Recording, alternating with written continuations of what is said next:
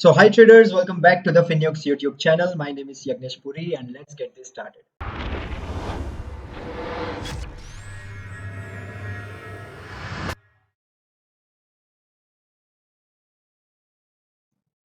तो फ्राइडे के सेशन में हमने देखा कि मार्केट बहुत ही वाहियात तरीके से रेंज बाउंड रहा।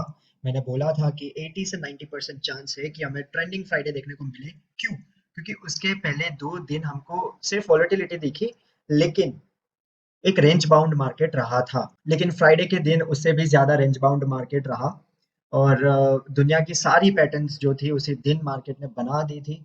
अब आने वाले दिन में क्या हो सकता है, तो वो हम देखते हैं।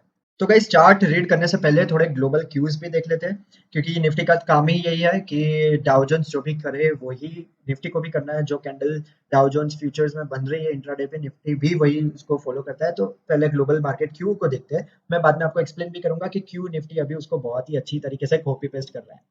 तो डाउ जोन्स को अगर देखें तो 800 पॉइंट के ऊपर उसने जो है वो अच्छे से रैली को क्लोज किया था। ग्लोबल मार्केट भी अगर आप देखें, सब जगह पर 2%, 3%, 4% तक की रैली देखने को मिली थी फ्राइडे के सेशन में आफ्टर वी गॉट क्लोज्ड। तो ये एक बहुत ही पॉजिटिव चीज है। तो मंडे को हम डेफिनेटली एक बड़ा गैप अप एक्सपेक्ट कर सकते हैं निफ्टी में। तो गाइस, अगर मैं बोलूँ आपको कि क्यों निफ्टी डाउ जोन्स को इतना कॉपी कर रहा है इंट्राडे बेसिस पर, और क्यों जरूरी है कि उसके फ्यूचर को हम ओपन करके ही निफ्टी या बैंक निफ्टी को ट्रेड करें, तो रीजन इज कि मार्केट अभी बहुत ही वीक है और इंडियन मार्केट जो है वो इमर्जिंग मार्केट है और यूएस मार्केट है that is mother of all markets. तो इसीलिए ये जब मार्केट इमर्जिंग होता है तो वो ट्राई करता है कि मदर मार्केट को वो रिसेंबल कर पाए, थोड़ा उसको मतलब कॉपी कर पाए, वो जो डायरेक्शन पकड़ रहा है उस डायरेक्शन में चले। जरूरी नहीं है कि उसके लेवल और हमारे लेवल सेम हो। हाँ, वो भी अफेक्ट करते हैं, डोमेस्टिक क्यूज भी अफेक्ट करते हैं, तो इसीलिए निफ्टी जो है वो यूएस मार्केट को थोड़ा ज्यादा कॉपी कर रहा है। तो ये निफ्टी फ्यूचर का चार्ट है। क्लोजिंग इसने अच्छी दी 15,718। क्लोजिंग जो थी वो बहुत ही बढ़िया थी। मुझे डेफिनेटली पता है कि मंडे को अच्छा सा गैप अप देने वाला है, लेकिन मेरा रूल है कि मैं बीटीएसटी नहीं करता। मैं अपने टेलीग्राम चैनल पर भी सबको ना बोलता हूँ बीटीएसटी मत करो। डजेंट मैटर के वो आपके साथ जा रहा है, आपके अगेंस्ट जा रहा है, क्योंकि 10 में से 2 टाइम या 3 टाइम आप राइट होंगे बीटीएसटी में, बाकी 7 या 8 टाइम आप रॉन्ग होंगे और वो एक वेल्थ डिस्ट्रक्शन है। तो इसीलिए बीटीएसटी में मैं बिलीव नहीं करता हूँ।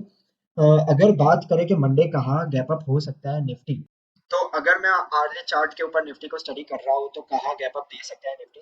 तो हमको पता है कि ये वाला जो लेवल है 15,875 वो बहुत ही इंपॉर्टेंट लेवल है। राइट, तो उसको हमने मार्क कर दिया और उसके ऊपर भी मैंने आपको बोला है बहुत बार कि जहां से गैप अप या गैप डाउन की कैंडल हो उसको भी मार्क कर दो, तो ये एक जोन बन गया। ये पहले एक बहुत बड़ा सपोर्ट जोन था जो रेजिस्टेंस जोन बन गया है। एक बार ट्राई किया, 2 बार ट्राई किया, 3 बार ट्राई किया। अभी वापस से गैप अप इधर कोई लेवल पर हम एक्सपेक्ट कर सकते हैं। तो अगर इसके बीच में निफ्टी कहीं गैप अप दे रहा है तो आई विल बी वेटिंग के थोड़ा डीप मारे। या तो अगर आप ईएमआई यूज कर रहे हैं तो थोड़े ईएमआई को रिटेस्ट करके वो फिर ऊपर जाए। पॉसिबिलिटीज आर रेयर कि वो पूरा नीचे आके फिर ऊपर जाएगा।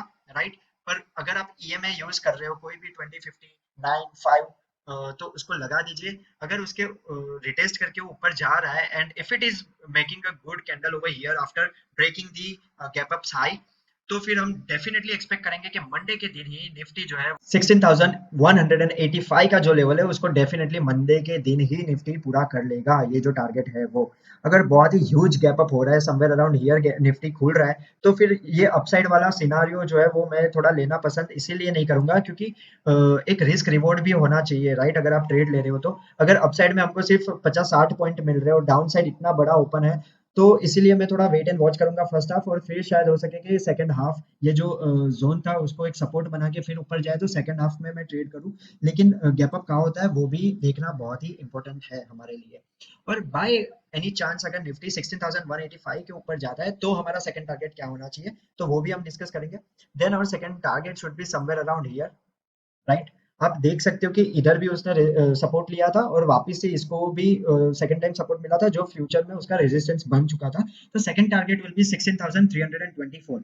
उसके ऊपर निकलना निफ्टी के लिए क्यों बहुत ही कम चांस होगा, क्योंकि ये बहुत बड़ी रैली ऑलरेडी हो चुकी होगी। ठीक है, तो हो सकता है कि 15,700 और 800 वाले जो भी कॉल राइटर्स थे वो लोग बैडली ट्रैप्ड हो चुके हैं और फिर हमको शॉर्ट कवरिंग मिले, और 16,324 तक के लेवल्स हमको शायद मंडे या ट्यूसडे तक देखने को आराम से मिल सकते हैं।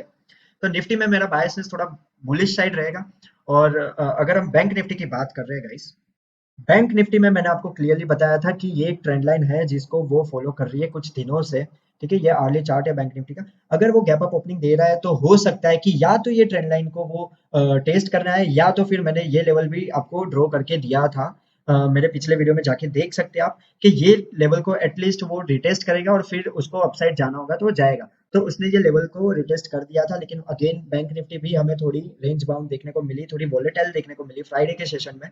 तो आई एम एक्सपेक्टिंग कि बैंक निफ्टी जो है वो ये गैप जो है, इतना बड़ा गैप है, उसको फिल डेफिनेटली करेगा। अगर गैप अप ओपनिंग दे रहा है तो एटलीस्ट ये ट्रेंड लाइन को रिटेस्ट करने दो, या कोई ईएमए जिसको आप अच्छे से बैक टेस्टिंग आपने की है उसको फॉलो करो कि उसने रिटेस्ट किया है कि नहीं। अगर उसके बाद में समवेयर अराउंड हियर वो खुल रहा है, उसके बाद में वो नीचे जाके फिर अपने हाई को ब्रेक कर रहा है, तो मैं वापस से एक एंट्री जो होगी मेरी वो समवेयर अराउंड हियर होगी, या तो रेयर चांस में वो ये साइड पे होगी। ठीक है, इधर मेरी फर्स्ट एंट्री होगी, और सेकंड एंट्री मेरी जब वो अपने हाई को तोड़ रहा है ना, तो इधर मैं अपनी सेकंड एंट्री लूंगा। पर उसके बाद में मुझे लग रहा है कुछ ऐसी पैटर्न बना के वो 34,350 के लेवल जो है उसको डेफिनेटली बैंक निफ्टी टच कर सकता है मंडे या ट्यूसडे तक। हाई प्रोबेबिलिटी है कि मंडे को ही देखने को मिल जाए। अगर उसके ऊपर जा रहा है तो कहाँ तक जा सकता है, तो first target will be bit psychological 34,600।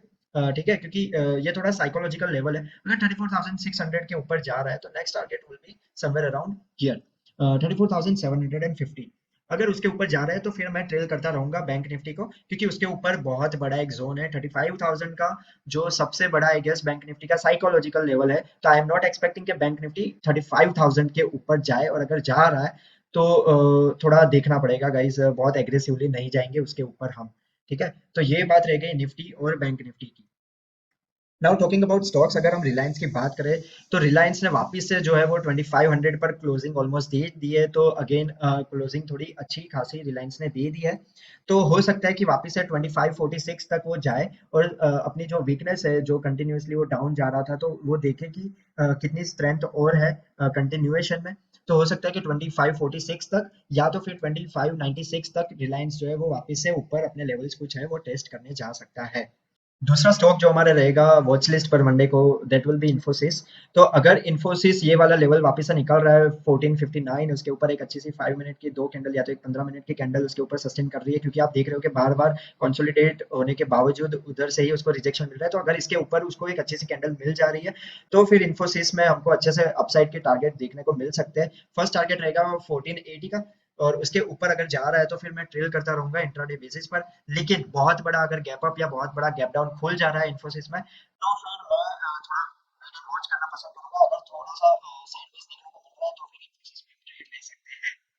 और अगर कोई सेक्टर स्पेसिफिक आप बात करें कि नेक्स्ट वीक किस सेक्टर पे आपका ध्यान होना चाहिए, तो डेफिनेटली दो सेक्टर के ऊपर ध्यान रहना चाहिए, that will be auto and IT. Auto के सेल्स के जो फिगर है वो 1 जुलाई को आने वाले हैं, तो ऑटो में हमको रैली देखने को मिल सकती है। सारे ऑटो स्टॉक्स मैंने अपने 2-3 वीडियो पहले ही मैंने बोल दिया था कि ऑटो और एफएमसीजी मुझे सुपर स्ट्रॉन्ग लग रहे हैं फिलहाल। तो ऑटो तब से भागना उसने शुरू कर दिया है, इंट्राडे बेसिस पर सब 3%, 5%, 7% तक भी भाग रहे हैं। तो ऑटो पे जरूर ध्यान रखना। और आईटी के फिगर्स भी आने वाले हैं, तो आईटी उसके पहले एंटीसिपेशन रन अप चालू करेगा अपना, क्योंकि वो हिस्ट्री बोल रहा है। तो आईटी के फिगर्स पे भी ध्यान रखेंगे, इसलिए उसका जो स्टॉक है फिलहाल मेरा बेट जो है वो इन्फोसिस पे है, तो इसलिए हम ध्यान रखेंगे इन्फोसिस के ऊपर। तो गाइज आज के लिए इतना ही। अगर आपने चैनल को सब्सक्राइब नहीं किया है तो कर दो, लाइक कर दो। हम